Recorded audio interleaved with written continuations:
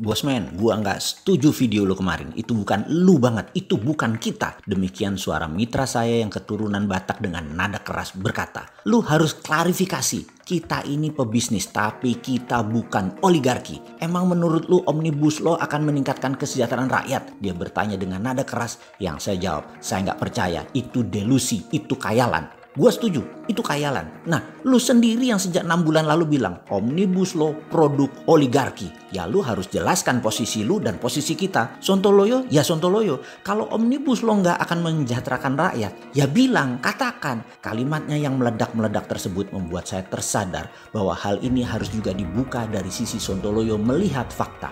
Apa yang kita lihat? Aslinya apa sih muasalnya Omnibus Law itu sampai harus terjadi? Benar, banyak pengusaha diuntungkan, tetapi tidak semua pengusaha berhati putih di mana keuntungannya bakal dibagikan lagi ke karyawannya. Ini yang membuat saya tersadar. Kita tahu, kita bicara kali ini bukan pengusaha UKM, tetapi pengusaha yang non UKM yang hanya 3%, tetapi mereka menguasai 50% peredaran uang serta kendali ekonomi makro Indonesia. Mereka diuntungkan oleh Omnibus Law, tetapi apakah mereka peduli dengan karyawan, buruhnya, dan hatinya putih? Maka kalau boleh saya jawab jujur, sedikit sekali yang hatinya putih. Mereka dengan Omnibus Law akan semakin kapitalis. Kapitalis elitis, yaitu mereka para oligarki dan BUMN. Betul, keduanya elitis yang diuntungkan amat sangat dengan Omnibus Law ini. Rakyat di bawahnya bagaimana? Rakyat hanya menunggu kebaikan mereka. Sekali lagi, bukan hak yang akan didapat, tetapi menunggu kebaikan. Yang kalau bosnya nggak baik, makan tuh sandal.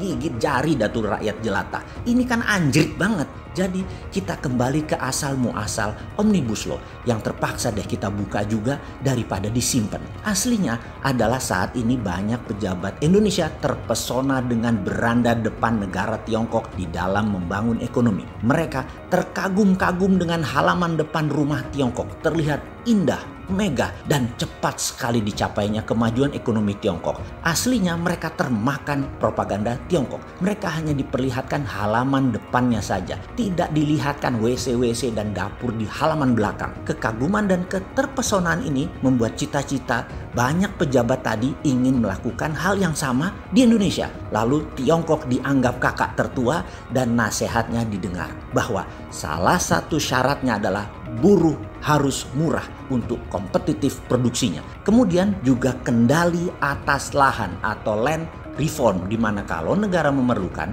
maka pemilik lahan sudah tidak ada haknya atau kecil haknya. Di negara komunis yang otoriter hal ini bisa dijalankan. Namun di negara demokrasi suara rakyat jadi tertindas.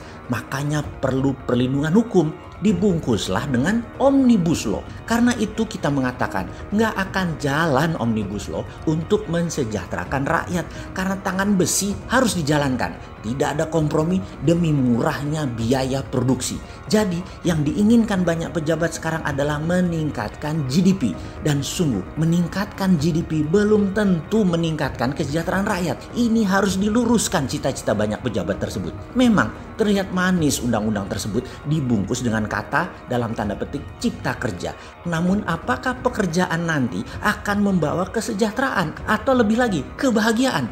Belum tentu, dan kayaknya dengan tekanan Omnibus Law tidak akan tercapai kesejahteraan tersebut. Manusia Indonesia akan dipaksa jadi mesin pekerja, dan ini bukan cita-cita rakyat semesta. Belum lagi ternyata asing-asing bebas masuk juga untuk meningkatkan PDB alasannya. Mau nanti 95%-nya keluar lagi, yang penting PDB nasional naik. Bukannya hilang itu tenaga kerja asing di Sulawesi. Pasti bakal nambah, iya, karena demi PDB. Mengapa mendadak bernegara kok jadi bengis begini sih untuk mencari materi? Jangan begitulah bos, jangan terlalu materialistik. Kita Indonesia, kita demokrasi, kita bukan negara otoriter. Kita mencari kesejahteraan dan keadilan dengan cara manusiawi, dengan cara elegan, dengan lebih adil. Jadi Kalau dikatakan Omnibus Law adalah produk oligarki dan otoritarian, ada benarnya dan pasti.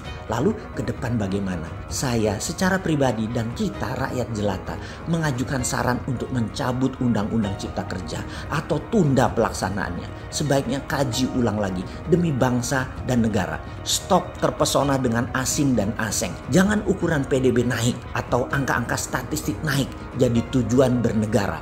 Janganlah. Yang benar adalah rakyat sejahtera. Haknya dijaga, suaranya didengar. Adalah solusi terbaik itu semua.